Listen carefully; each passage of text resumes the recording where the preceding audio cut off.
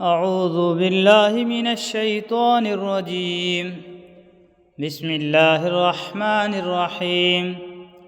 يا أيها الذين آمنوا كونوا قوامين بالقسط شهداء لله ولو على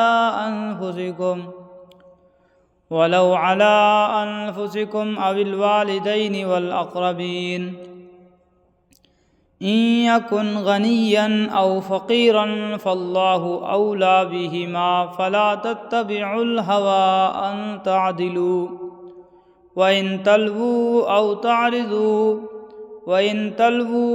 تعرضوا فإن الله كان بما تعملون خبيرا. اے ایمان والو، انصاف قائم کرنے والے بنو، اللہ کی خاطر گواہی دینے والے، چاہے وہ گواہی تمہارے اپنے خلاف پڑتی ہو یا والدین اور قریبی رشتہ داروں کے خلاف. وہ شخص جس کے خلاف گواہی دینے کا حکم دیا جا رہا ہے، چاہے امیر ہو یا غریب، اللہ دونوں قسم کے لوگوں کو تم سے زیادہ خیر خواہ ہے. اللہ دونوں قسم کے لوگوں کا تم سے زیادہ خیر خواہ ہے، لہٰذا ایسی نفسانی خواہش کے پیچھے نہ چلنا جو تمہیں انصاف کرنے سے روکتی ہو.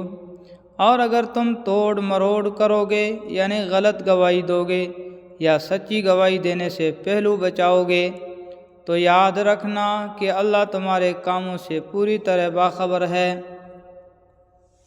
یا ایھا الذین آمنوا باللہ ورسولہ والکتاب الذی نزل علی رسولہ والکتاب الذی انزل من قبل ومن یکفر باللہ وملائکتہ وکتبہ ورسلہ والیوم الآخر فقد ضل ضلالا بعیدا.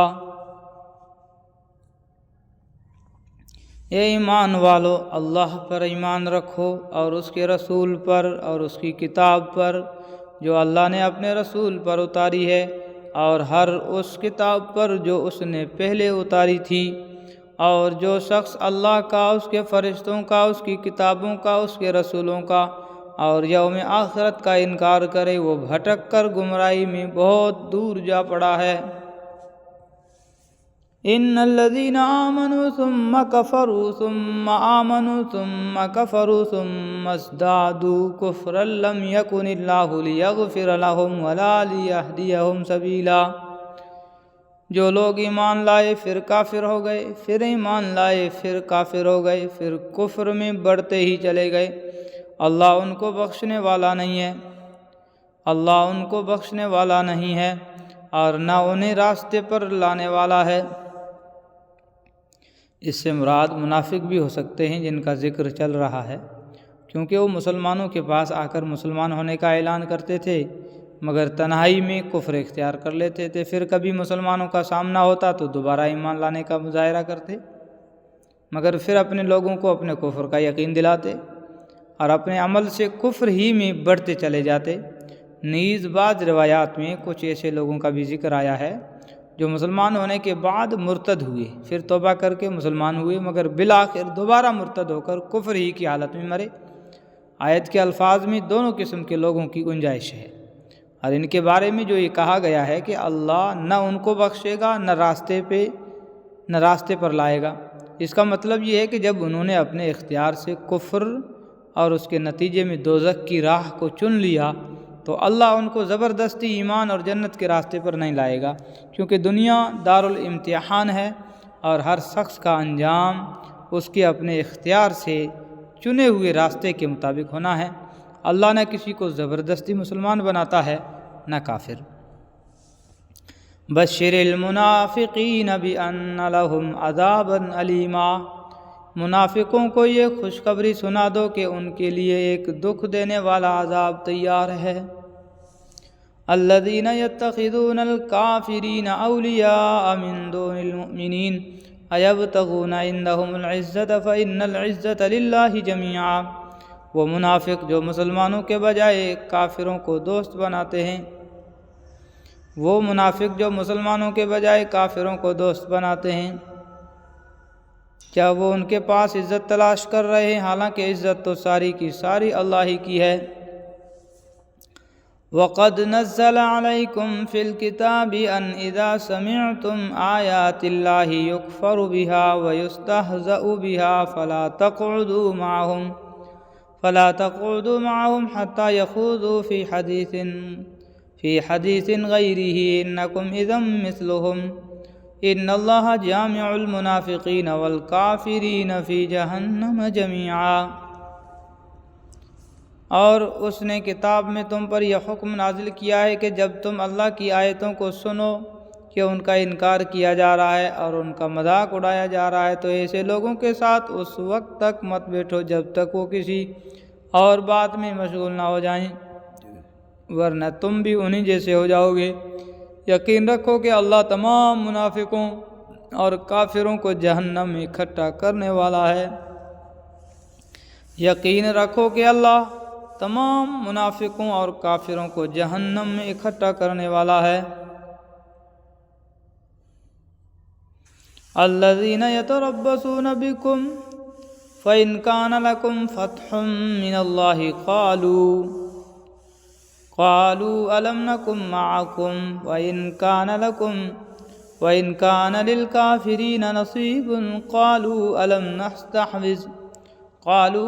نستحوذ عليكم ونمنعكم من المؤمنين فالله يحكم بينكم يوم القيامة ولن يجعل الله للكافرين على المؤمنين سبيلا۔ یہ مسلمانوں، یہ وہ لوگ ہیں جو تمہارے انجام کے انتظار میں بیٹھے رہتے ہیں، چنانچہ اگر تمہیں اللہ کی طرف سے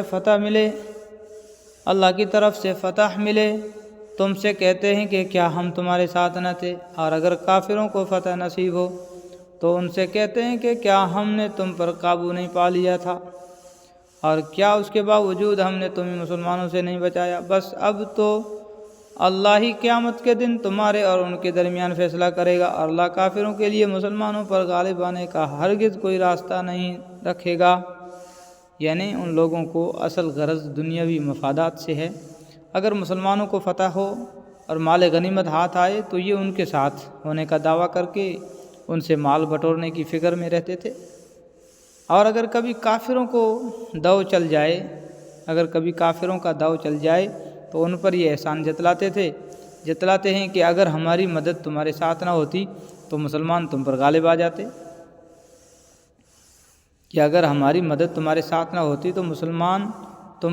جاتے، لہذا ہمیں ہماری ان خدمات کا مالی صلہ دو۔ ان المنافقین یخادعون اللہ وهو خادعهم واذا قاموا الى الصلاة قاموا کسالى۔